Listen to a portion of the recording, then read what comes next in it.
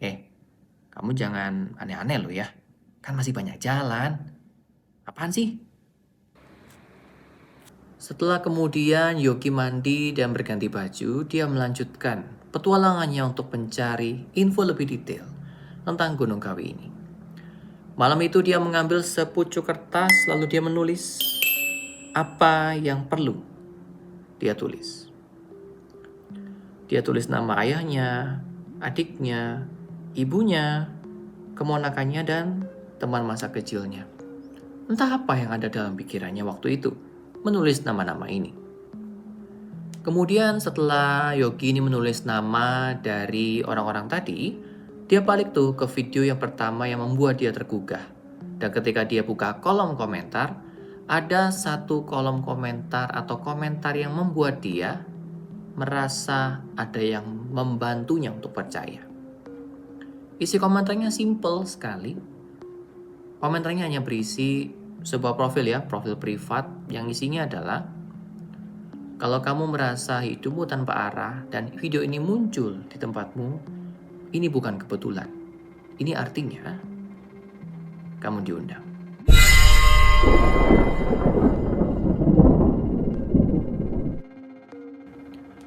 Tiga hari setelahnya, malahan Yogi ini lebih banyak terdiam. Lebih banyak diam, lebih banyak ya semakin termenung karena dia pusing dengan pikirannya sendiri. Antara video itu yang kelihatannya begitu nyata, menggugah, cerita bapak-bapak di warkop yang membuat dia merasa ini adalah jalan menuju kesuksesan setelah berusaha sedemikian. Sampai akhirnya malam itu, dia sedang duduk termenung di kamarnya dan kemudian ada suara-suara angin. Kemudian dia terduduk terdiam dan dia ingat dalam 3 hari itu banyak mimpi-mimpi yang datang. Tapi mimpi itu lebih kepada suara-suara yang masuk ke telinga dan suara-suara itu mengucapkan beberapa kalimat.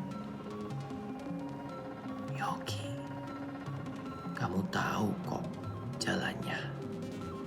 Kamu cuman perlu datang. Suara itu pelan, berat, tapi membuatmu menjadi bimbang.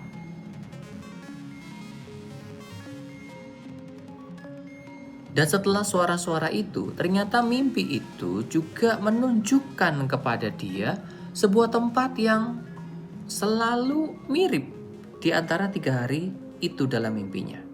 Tempat itu jalan setapak berbatu gitu ya, kecil jalannya, nggak terlalu besar.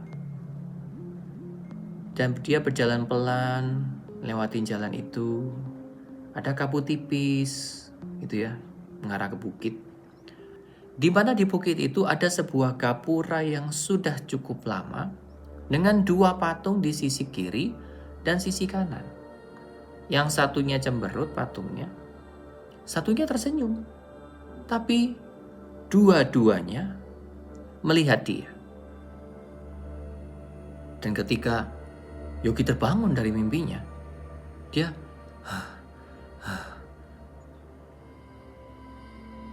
keringetan, takut. Lalu dia buka notes handphonenya, dia cari lagi tentang jalur-jalur pesugihan lewat berbagai kanal sosial media, apapun itu, untuk mendapatkan info yang lebih detail. Karena ini semakin membuat dia merasa tidak nyaman. Kenapa sih ini?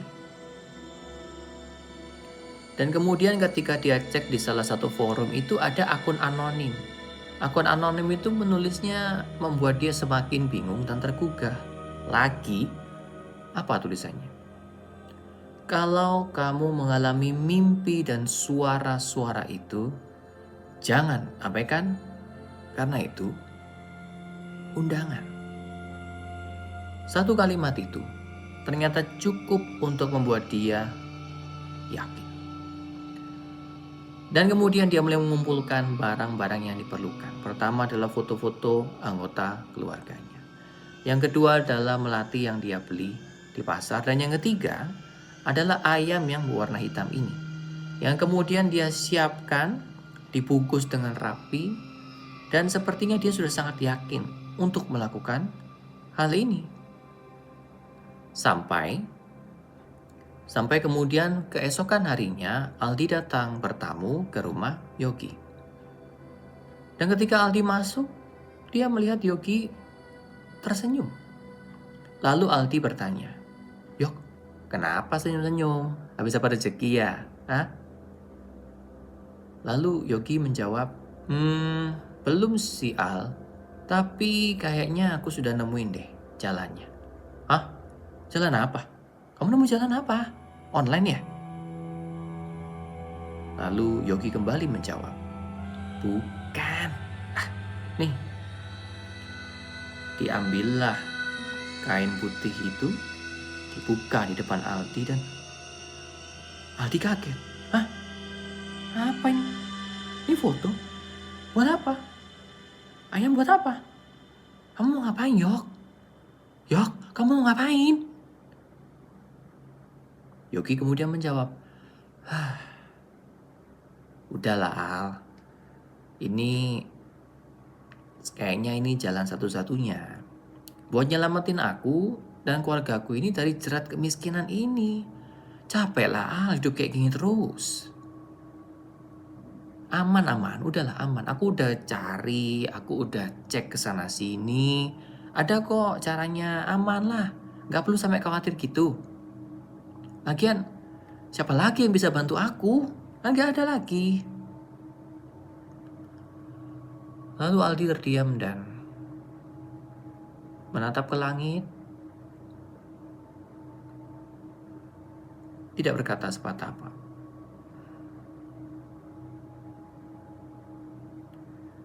Lalu terucaplah sebuah kalimat dari Aldi. "Tapi kan ini ada korbannya, Yok.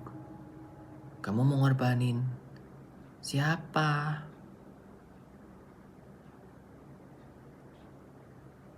Yogi tidak menjawab. Yogi terdiam. Pandangannya kosong. Dan ketika itu Al merasa bahwa Yogi sudah bukan seperti yang dia kenal.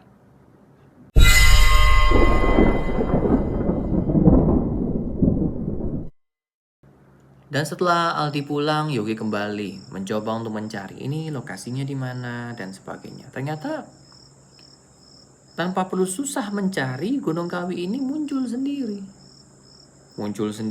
Rutenya di sini, cara transportasinya begini dan sebagainya. Lalu malam itu dia memutuskan untuk pergi dan menaruh bingkai foto keluarganya di mejanya. Seolah-olah dia pamit diam-diam. Dan malam itu, dengan menggunakan transportasi umum, yaitu sebuah bus, Yogi pergi menuju Malang di Jawa Timur untuk menemukan apa yang dia cari di Gunung Kawi. Dan karena perjalanan cukup jauh ya, dia mencoba untuk tidur, tapi setiap dia mencoba untuk menutup matanya, dia mendengarkan suara yang tadi, suara berat itu tadi. "Datanglah, kami tunggu." Dan kemudian sesampainya dia di terminal di kota Malang, kemudian dia terdiam karena waktu itu cuacanya juga sedang gerimis. Ada kabut tipis menyelimuti kota Malang. Kemudian dia memutuskan untuk mencari ojek yang bisa membawanya lebih dekat ke lokasi Gunung Kawi tersebut. Dia datang dengan jaket yang lusuh, celana jeans yang ada sobekannya, dengan badan yang lelah tentunya ya, dan degup jantungnya yang berdebar terus-menerus membuat dia merasa, "Aku pasti bisa." Dan dia melanjutkan. Kemudian dia mencari ojek di salah satu pengkolan. Kemudian ketika dia mencari ojek itu, dia langsung ngomong, "Pak, tolong Pak ke Gunung Kawi." Pertama tukang ojeknya ya sudah biasa lah ya, karena itu bukan sesuatu yang unik gitu, udah biasa. Tapi kemudian tukang ojek ini berpikir bahwa kenapa nih anak muda tiba-tiba mau Gunung Kawi ya? Kenapa? Lalu tentu tukang ojek bertanya ya dengan biasa, mau ngapain kamu ke sana? Lalu Yogi hanya menjawab, mau ziarah pak. Dan tukang ojek itu tatapannya berubah. Matanya ke atas, ke samping, dan kemudian mengantarkan Yogi menuju Gunung Kawi. Mereka menyusuri jalanan menuju Gunung Kawi. Jalannya memang nggak terlalu besar, jalannya cukup kecil ya. Cukup kecil, memang bisa dilalui mungkin cukup untuk satu mobil ya, satu mobil. Kemudian jalanan terus menuju ke Gunung Kawi, dia melihat banyak sekali bangunan-bangunan tua. Ada seperti gapura, ada patung-patung, ada patung yang hancur, ada patung yang utuh. Tapi ketika dalam perjalanan itu, dia merasa seperti patung-patung itu melihat ke arahnya terus. Dan Yogi merasa, kenapa ya? Apa ya? Tak lama kemudian tukang ojek itu berhenti. Lalu Yogi melihat, kok nggak ada apa-apa ya? Kemudian tukang ojek itu bilang, maaf ya dek, saya cuma bisa ngantar sampai sini. Kamu lanjutin dengan jalan kaki, ya. Lalu Yogi bertanya, loh pak, ini apa masih jauh? Oh enggak kok, cuma 2 kilo aja. Tuh tinggal lurus saja jalan itu. Ya, jalannya kan cuma 1. Oh, oke, makasih pak. Tapi tukang ojek itu menerima uang dan langsung pergi. Nggak pakai A, B, dan C, langsung pergi. Dan Yogi pun sendirian di jalan itu, diselimutin dengan kabut yang tipis. Kemudian dia mulai berjalan di jalanan itu, banyak sekali pepohonan ya. Banyak sekali pepohonan, rimbun banget dan sangat sepi. Dan ketika dia jalan, ada aja suara aneh-aneh yang dia dengar. Mulai dari suara gamelan, mulai dari suara orang menangis, mulai dari suara yang aneh-aneh yang gak bisa dijelaskan. Serasa diliatin kiri kanan. Tapi ketika dia menoleh, gak ada apa-apa. Dan hanya ada suara angin dan dedaunan yang lewat. Kemudian ketika Yogi melanjutkan perjalanannya itu, dia sampai di sebuah jalan yang ternyata dia merasa tertarik ke jalan itu. Itu ya, meskipun jalannya cuma 1, tapi kok ada jalan lain dia di sini. Dia coba masuk ke situ. Dan tiba-tiba kabutnya lebih tebal lagi. Semakin gak kelihatan. Yang kelihatan cuma jalannya ini. Dan gak jauh dari dia berjalan, ada gapura tua itu. Mirip sama yang dia lihat di mimpi. Dan ada 2 patung itu juga. Satu patungnya itu yang tersenyum sinis, satunya yang cemberut itu. Dan persis seperti yang dimimpi, 2 patung itu seolah melihat ke arahnya. Tapi Yogi tetap berjalan. Berjalan dan berjalan sampailah dia di sebuah pendopo tua. Dan pendopo ini sudah cukup lapuk sebenarnya. Ya, udah cukup lapuk. Ya, tua lah pendoponya, bangunannya aja. Begitu sepi, begitu sunyi. Kemudian ketika dia mau masuk ke pendopo itu ya, dindingnya ini hitam, atapnya lapuk gitu ya. Dia masuk ke tengah, dia lihat kalau di tengah itu ada melati ya. Ada melati sesajen gitu ya, melati, kemudian juga ada dupa yang menyala, dan kemudian juga ada mangkok yang isinya tuh kayak, kalau dilihat kayak darah tapi kental sekali gitu loh. Dan Yogi yang merasa semakin bingung, tiba-tiba datanglah sesosok yang berwarna hitam. Tiba-tiba lelaki tua yang ternyata datang. Dengan berambut putih panjang, matanya menyala merah redup, datang ke arah Yogi. Tapi meskipun matanya kelihatan ya, sekeliling wajahnya itu soal tertutup oleh kabut. Jadi Yogi mau melihat tuh kayak Gak jelas. Apa sih?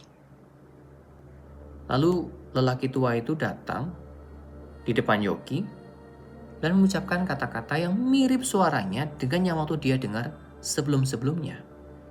"Kamu datang," ucapnya. Yogi menjawab, "Iya, saya mau menempuh jalan ini." Lalu lelaki tua itu menjawab, "Kamu yakin dengan jalan yang kamu ambil ini?" Yogi menjawab, "Iya, saya yakin. Saya sedang nggak tahu lagi mau ngapain."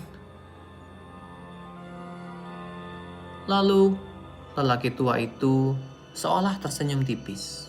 Lalu lelaki tua itu berucap satu kalimat, "Tidak ada jalan kembali setelah ini."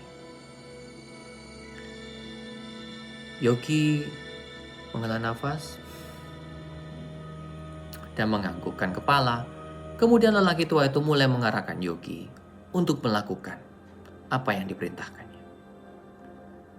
"Kamu taruh melati di kanan, fotonya di kiri, lalu duduk di situ. Pejamkan matamu sampai kamu mendengar bisikan pertama." Lalu Yogi segera melakukan hal itu. Dia taruh foto keluarganya ya, dia taruh melatinya, dia taruh ayamnya, lalu dia duduk. Dia duduk memejamkan mata, tapi yang anehnya, ayam yang dia bawa itu seolah-olah menatap Yogi seperti ini. Menatap begini ya, ke arah Yogi.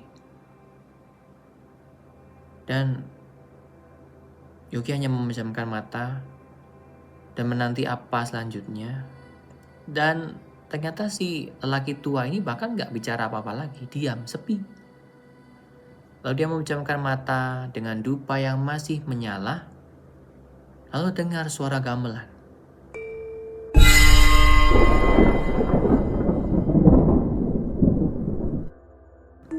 Lalu ketika dia memejamkan mata mendengarkan suara gamelan, muncullah suara bisikan itu. "Darahmu bukan yang pertama tumbalnya. Kamu siap kehilangan untuk mendapatkan setiap tahun, setiap malam satu suro. Satu nyawa di sekitarmu akan jatuh. Sampai semuanya habis, termasuk dirimu." Ketika itu Yogi membuka mata dan dia merasa gak takut. Dia merasa ada rasa ketenangan, ada rasa hangat yang memancar, merasa tenang, tapi satu sisi merasa kosong, merasa hampa. Kenapa ya? Kemudian di depan dia ternyata ada kain yang dia pakai tadi untuk membungkus barang-barang yang dia bawa, tapi di depannya dia kain itu tertutup. Dia buka lah. Dan tahu isinya apa? Ternyata isinya adalah duit rupiah yang berwarna merah. Uang 100 ribuan yang begitu banyak jumlahnya. Dan kayaknya sepanjang hidup Yogi gak pernah lihat duit sebanyak itu. Dan Yogi yang melihat duit itu merasa, "Hah?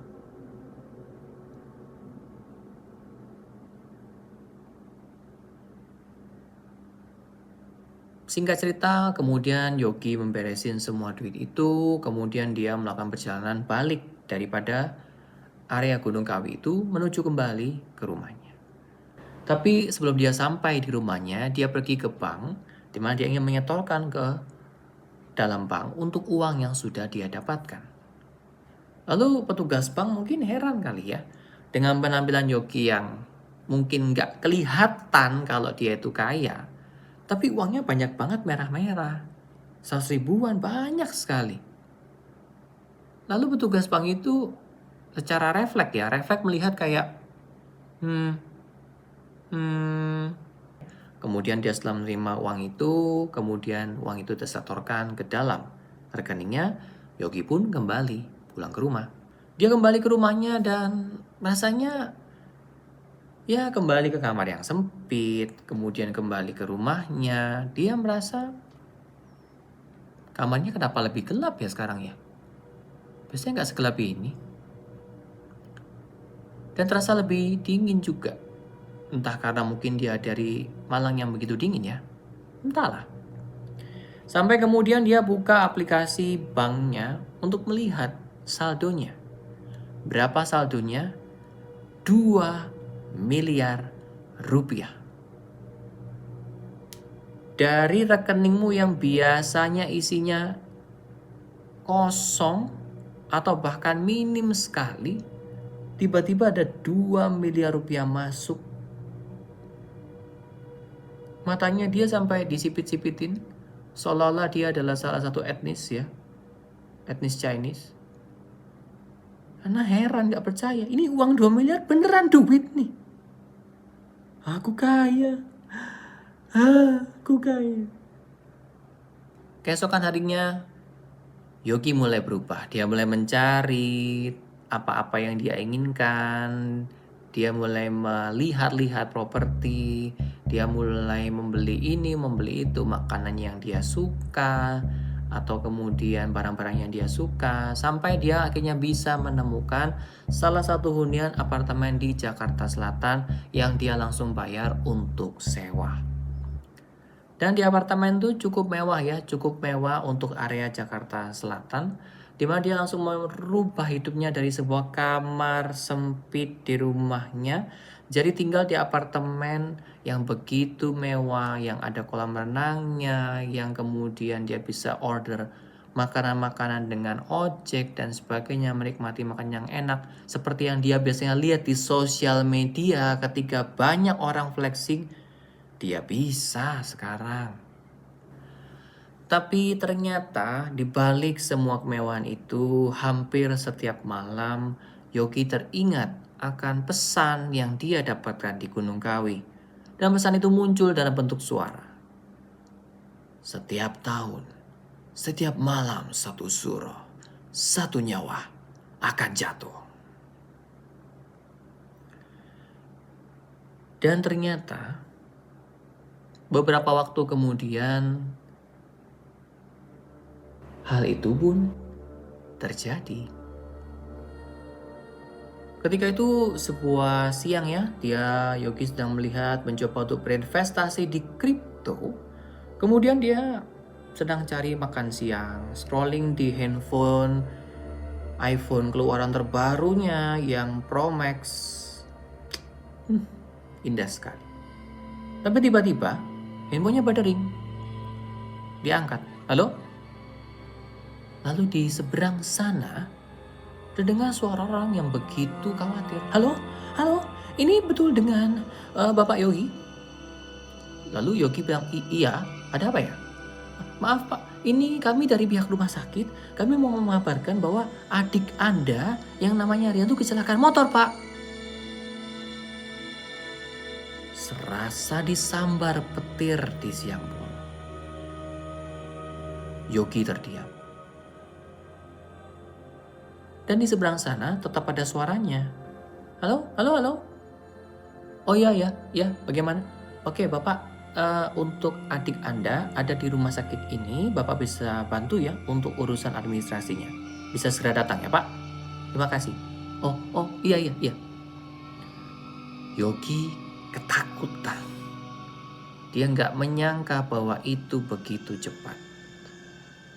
Dia nggak menyangka bahwa ketika dia baru saja mulai menikmati kemewahan itu, langsung dibayar di muka. Ketika Yogi sampai di rumah sakit, dia bereskan urusan administrasinya dan sebagainya. Ternyata adik Yogi meninggal. Yogi terdiam, duduk dan berpikir, ternyata ini beneran ya. Aku kira ini bohongan. Dan ketika dia melihat kalender di hari itu, dia lihat ternyata di hari itu bertepatan juga dengan 1 Suro. Serasa petir muncul di sebelah kiri dan kanan. Blah! Rasanya sesak sekali. Ini satu suro, satu korban. Kalau setiap tahun, siapa selanjutnya? Dia mencoba untuk kembali berpikir dan berpikir dan berpikir. Tapi ternyata ini bukan bohongan. Ini nyata. Dan perjanjian ini berlaku.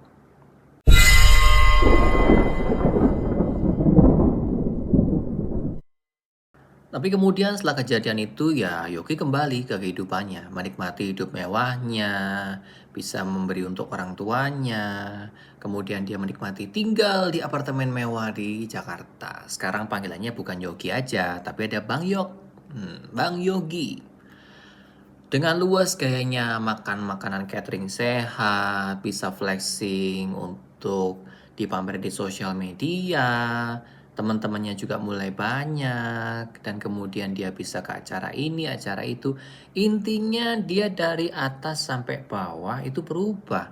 Kalau dulu kan lusuh, jaketnya, celana jeansnya ada sobeknya. Sekarang semuanya dari atas sampai bawah bermerek semua. Dan dia bisa posting untuk dipamerin di sosmed.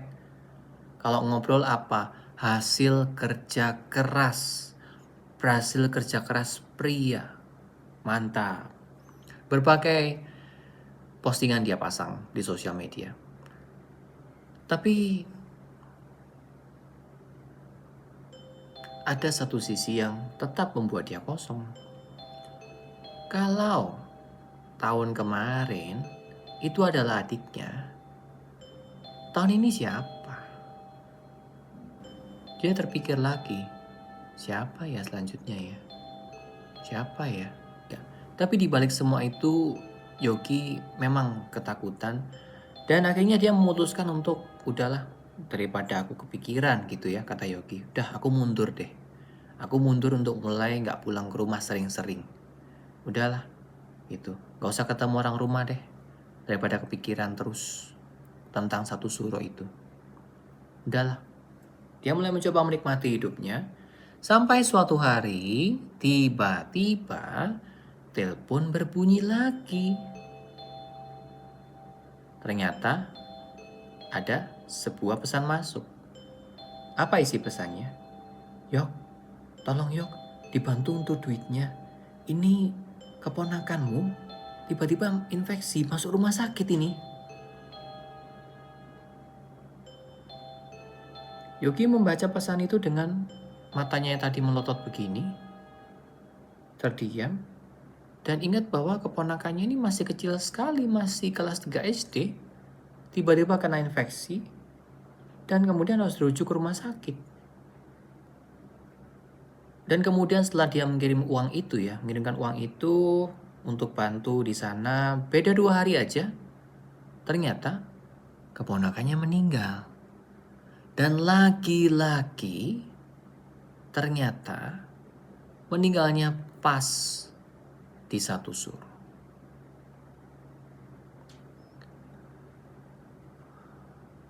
Kenapa Yogi tahu? Karena dia ternyata pasang tracker di handphonenya, atau semacam kalau kita bilang zaman sekarang apa ya, reminder ya. Reminder kapan sih tanggal satu suro itu kapan gitu. Dipasang di remindernya supaya dia lebih siap atau nggak deg-degan banget gitu ya. Tapi ternyata ketika hari itu datang, boom, dia nggak pernah siap. Kemudian dia semakin merasa takut karena tahun lalu adiknya, tahun ini keponakannya. Terus siapa lagi habis gini? Lalu kemudian karena saking stresnya, Yogi tidak bisa mengolah emosinya dengan baik. Dia akhirnya pergi ke psikolog dan dia tidak bisa menceritakan hal yang terjadi pasti ya. Dia menceritakan dengan sisi yang berbeda dan psikolog itu bilang, oh berarti Anda memang perlu untuk relaksasi. Mungkin Anda terlalu terbeban dengan berbagai kegiatan Anda, mungkin pekerjaan Anda. Tapi Yogi tahu, dalam hati itu bukan itu. Bukan healing ke Bali atau healing ke tempat-tempat liburan. Tapi melepaskan diri. dari perjanjian itu. Dan ketika Yogi mulai takut ya, karena sudah 2 tahun itu, Yogi mulai takut tuh. Dan kemudian coba, aduh gini aja deh, gimana kalau fotonya dibakar aja, gitu. Ya, dia ambil fotonya gitu ya. Dia ambil fotonya, oke, bakar ya. Dia ambil mangkok lah, taruh, bakar. Begitu dibakar, lampunya mati semua. Handphonenya mati. Tiba-tiba gelap langsung kamarnya. Yogi merasa, hah? Ini kenapa ya? Mati lampu kah? Dia bukalah pintu apartemennya, dia lihat lorong tuh terang semua.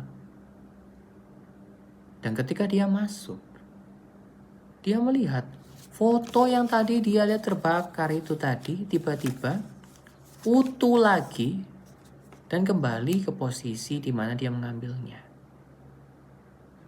Dan Yogi merasa, dan sejak malam itu dia melihat foto itu, dia tahu bahwa dia tidak bisa keluar dari perjanjian itu dan ada harga yang harus dia bayar. Kemudian suatu hari Aldi datang ke apartemen Yogi di Jakarta Selatan. Dan ketika Aldi masuk, dia melihat Yogi ini sangat berbeda. Memang kelihatannya semua punya, kelihatannya semua oke, kelihatannya semua tercukupi. Tapi Yoginya itu cenderung lebih suka berpikir, mukanya kusut, nggak nampak bahagia meskipun diliputi oleh kekayaan. Aneh banget. Kenapa? Karena setiap Yogi ulang tahun di tahun itu, dia akan teringat, ini mau satu soro lagi loh. Nyawa siapa lagi nih ya? Itu yang ada dalam pikiran Yogi. Lalu kemudian Aldi bertanya, kenapa Yok? Kamu kan udah punya semuanya nih sekarang. Kok gak seneng mukanya kok kayak gitu? Kemarin waktu belum punya uang kusut. Sekarang punya uang kusut. Gimana sih? Lalu Yogi menjawab, Al, nanti kalau misalnya aku mati nih Al ya, dikuburinnya jangan deket rumah Al.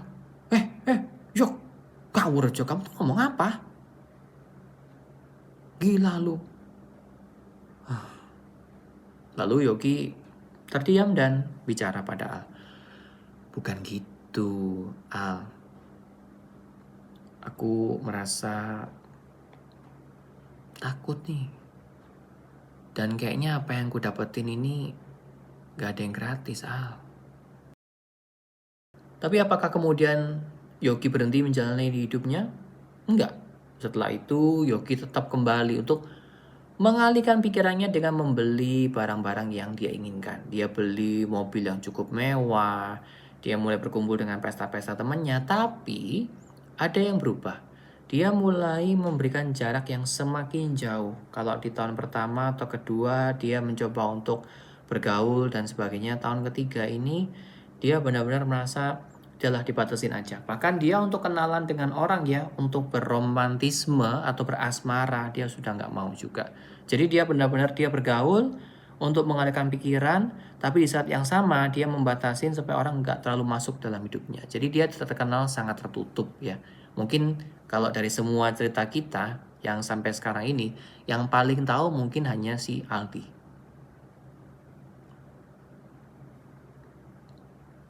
Dan setiap malam ketika Yogi tidur, yang muncul di kepalanya itu sudah bukan sesuatu yang menyenangkan.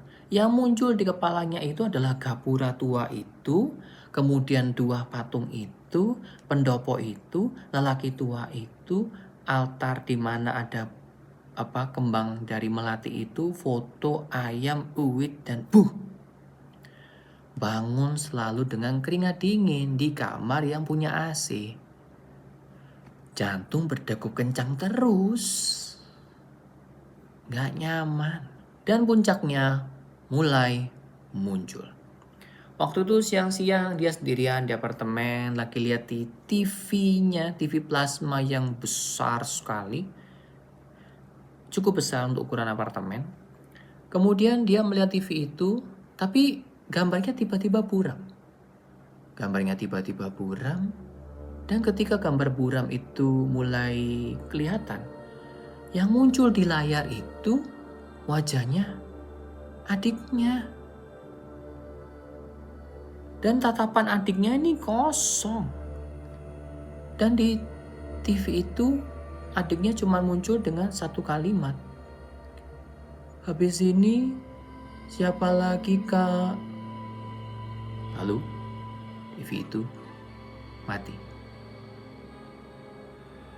Yogi benar-benar ketakutan dan tidak menyangka bahwa ini begitu mengerikan sampai dia nggak bisa berpikir lagi apa yang harus dilakukan. Dia mencoba untuk mencari orang pintar, untuk para spiritualis atau mungkin orang-orang yang bisa mengatasi dengan ilmu-ilmu itu ya. Tapi anehnya setiap kali dia mencoba untuk orang-orang pintar itu tadi, entah itu ketemuan, entah itu untuk ke sana, ada aja halangannya. Mulai dari orangnya ada acara, orangnya lagi sibuk, atau mungkin orangnya ternyata ada masalah dan sebagainya. Padahal yang dihubungi itu banyak, tapi semuanya selalu nggak ada. Sampai Yogi merasa, ini gimana caranya keluar dari perjanjian ini gimana? Kayak gitu. Benar-benar yang sudah semacam dikunci ya. Dikunci sampai bahkan untuk cari solusi untuk menangani itu sudah nggak bisa. Dan terakhir-terakhir itu kalau malam dia mendengarkan suara langkah nih. Suara langkah di dalam apartemennya. Srek, srek, srek, srek. Dan kadang-kadang kalau lihat di pojok pintu seolah-olah ada sosok warna hitam mirip sama yang dia lihat di Gunung Kawi. Buka mata, lalu ada suara-suara itu. Ini tahun ketiga. Siapa lagi? Aku sudah nggak bisa. Ternyata dia mencoba untuk main gila ya. Mencoba untuk main gila, mencoba untuk udahlah berani gitu.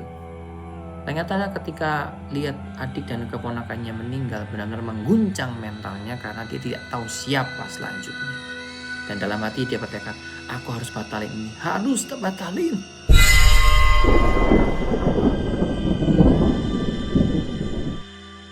Akhirnya singkat cerita, Yogi memutuskan untuk mencoba membatalkan hal ini. Singkat cerita, dia akhirnya berhasil ketemu dengan salah satu orang pintar yang memberikan satu jimat kepadanya dan diharapkan atau diberi info oleh orang pintar ini bahwa jimat ini berguna untuk menghalau gangguan-gangguan yang dia alami untuk bisa lepas dari perjanjian itu. Kemudian Yogi membeli tiket untuk lanjut perjalanan ke Malang dan ketika dia kembali sampai di tempat yang sama, yaitu di sebuah pendopo itu, Yogi hanya berpikir, aku mesti menyelesaikan ini karena jangan sampai orang tuaku yang jadi korban selanjutnya. Akhirnya, Yogi memutuskan, oke, ini sudah nggak bisa, aku harus pergi ke Malang. Kali ini dia berangkat ke Malang, kemudian menempuh perjalanan mirip dengan ketika dia pergi, tapi ini lebih enak ya, nggak pakai bis, pakai kereta. Kemudian dia sewa mobil, cuma memang untuk sewa mobilnya ini ada supirnya gitu ya. Sewa mobil, kemudian sampai di sana, dia jalan, mobilnya tunggu di sana untuk kembali gitu ya. Tunggu di daerah tempat si ojek itu berhenti untuk dia jalan.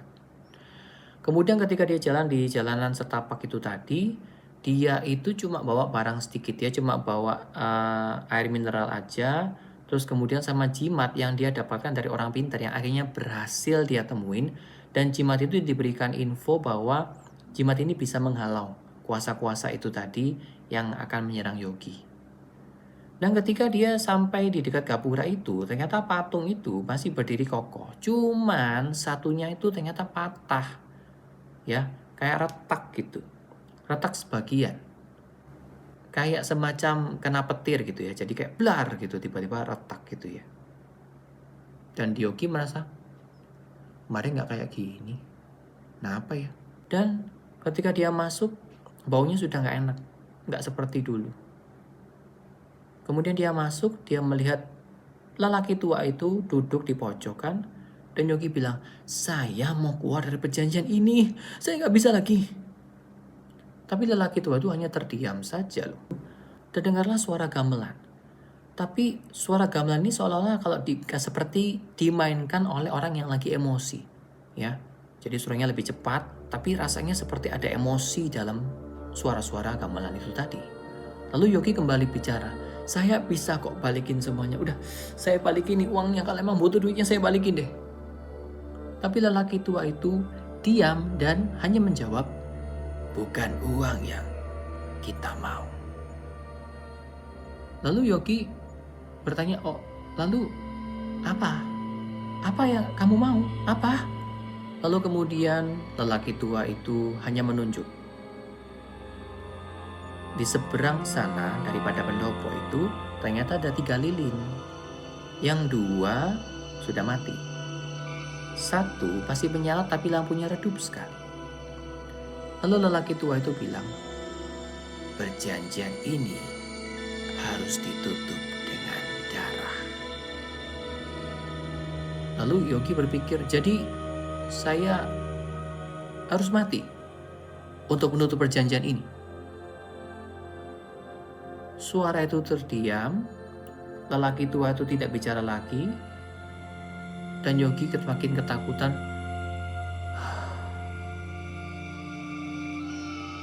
Lalu Yogi berucap kembali, kalau saya melakukan ini, apakah orang tua saya selamat?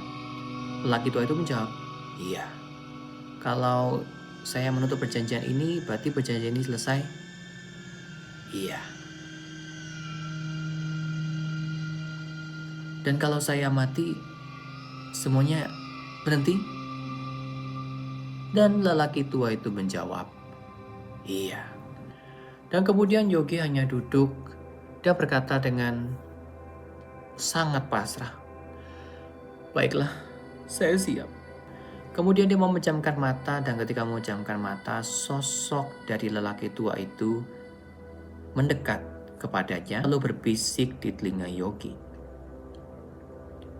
Ketika uang datang cepat, kematian tiba-tiba datang juga dengan diam-diam. Lalu semuanya menjadi gelap.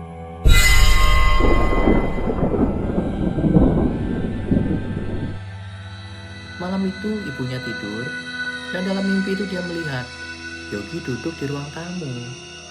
Duduk di depan, di kursi biasanya dia duduk kalau di rumah. Dengan bajunya putih, tapi wajahnya sedih sekali. Dan Yogi hanya berucap kepada ibunya, Bu, sekarang semuanya sudah aman ya. Jangan cari Yogi lagi, Bu.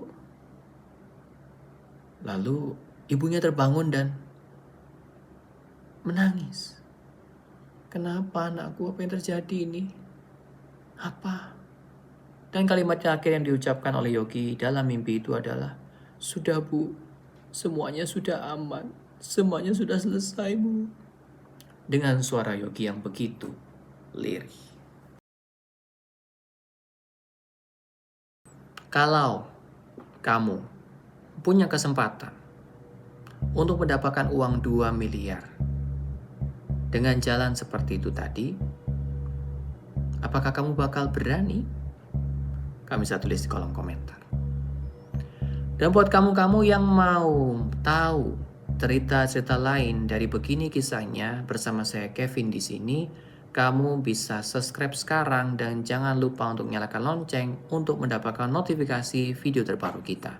Dan buat kamu yang tertarik untuk mengirimkan cerita-cerita yang tidak bisa dijelaskan dengan logika, kamu bisa kirim ke email saya yang ada di deskripsi untuk kita bisa pilih cerita yang paling menarik untuk kita bacakan dan kita buka di Begini Kisahnya.